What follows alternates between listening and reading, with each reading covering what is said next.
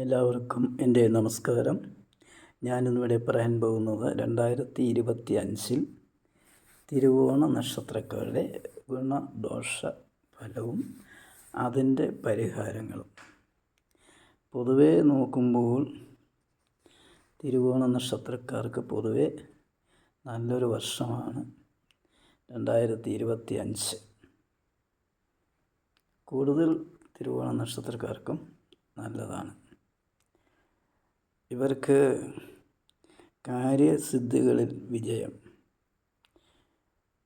ബന്ധുകുടുംബങ്ങൾക്ക് സൗഖ്യം, മനസ്സിന് സന്തോഷം ഉണ്ടാകുന്ന കാര്യങ്ങൾ, ഭാഗ്യം, മറ്റു തരത്തിലുള്ള പാരിതോഷികം, ഇതൊക്കെ കിട്ടുവാനുള്ള സാധ്യത വളരെ കൂടുതലുള്ള ഒരു വർഷമാണ് 2025. പൊതുവേ നല്ലൊരു വർഷമാണ് തിരുവോണനാൾ.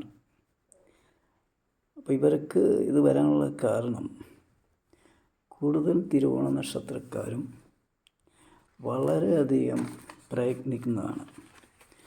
ഏത് മേഖലയിലും അവർ വളരെയധികം കഷ്ടപ്പെട്ട് നേടിയെടുക്കുവാൻ വളരെയധികം പ്രയത്നിക്കുന്ന ഒരു നക്ഷത്രമാണ് തിരുവോണം.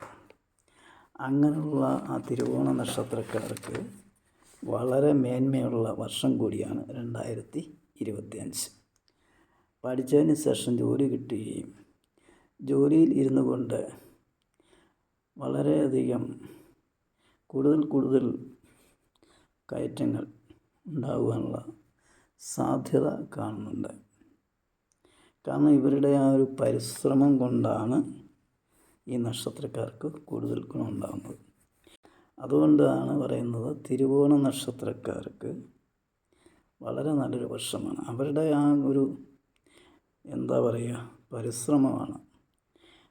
വളരെയധികം പരിശ്രമിച്ചു കഴിഞ്ഞാൽ പഠിക്കുന്ന കുട്ടികൾക്കൊക്കെ നല്ല മാർക്ക് കിട്ടുകയും പാരിതോഷികമൊക്കെ കിട്ടുകയും ചെയ്യുന്നുണ്ട്.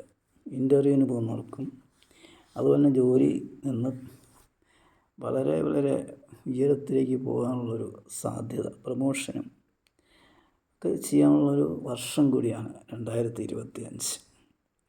പ്രത്യേകിച്ച് ഇവർക്ക് ദോഷങ്ങളൊന്നും കാണുന്നില്ല. പിന്നെ ഇവരുടെ ചില സന്ദർഭങ്ങളിൽ ഈ തിരുവോണ നക്ഷത്രക്കാരിൽ ചില സന്ദർഭങ്ങളിൽ ഇവർക്ക് ചെറിയ പ്രയാസങ്ങളൊക്കെ ഉണ്ടാവാൻ സാധ്യതയുണ്ട്. അത് സ്വല്പം മാത്രമേ കാണുന്നുള്ളൂ. ഇതിന് പരിഹാരങ്ങളൊന്നും തന്നെ കാണുന്നില്ല. ഇവർക്ക് കുടുംബക്ഷേത്രത്തിൽ പോയി പ്രാർത്ഥിക്കുകയും വഴിപാട് നടത്തുകയും കുടുംബദേവതയെ പ്രീതിപ്പെടുത്തി കഴിഞ്ഞാൽ ഇവർക്ക് വളരെയധികം നല്ലതാണ്. ഇവർ പൊതുവെ ഈശ്വര വിശ്വാസികൾ ആണ്. തുളസിമാല കൊടുക്കുകയും കദളിപ്പഴം നിവേദ്യത്തിന് കൊടുക്കുകയും പാൽപ്പായസം വഴിപാടായി നടത്തുകയും പ്രസാദം കഴിക്കുകയും ചെയ്തു കഴിഞ്ഞാൽ വരുന്ന ദോഷങ്ങളൊക്കെ മാറുകയും മറ്റുള്ള തരത്തിലുള്ള ഗുണങ്ങൾ ഉണ്ടാവുകയും ചെയ്യുന്ന ഒരു വർഷമാണ്.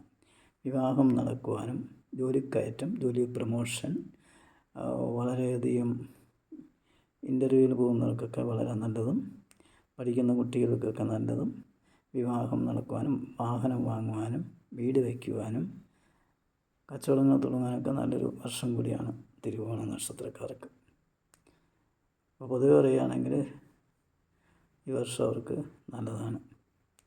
ഭാഗ്യം അടിക്കാനും മറ്റുള്ള തരത്തിലുള്ള ഭാഗ്യങ്ങളൊക്കെ കിട്ടുവാനും കലാരംഗത്ത് നിൽക്കുന്നവർക്കൊക്കെ വളരെയധികം നല്ലൊരു വർഷം കൂടിയാണ്.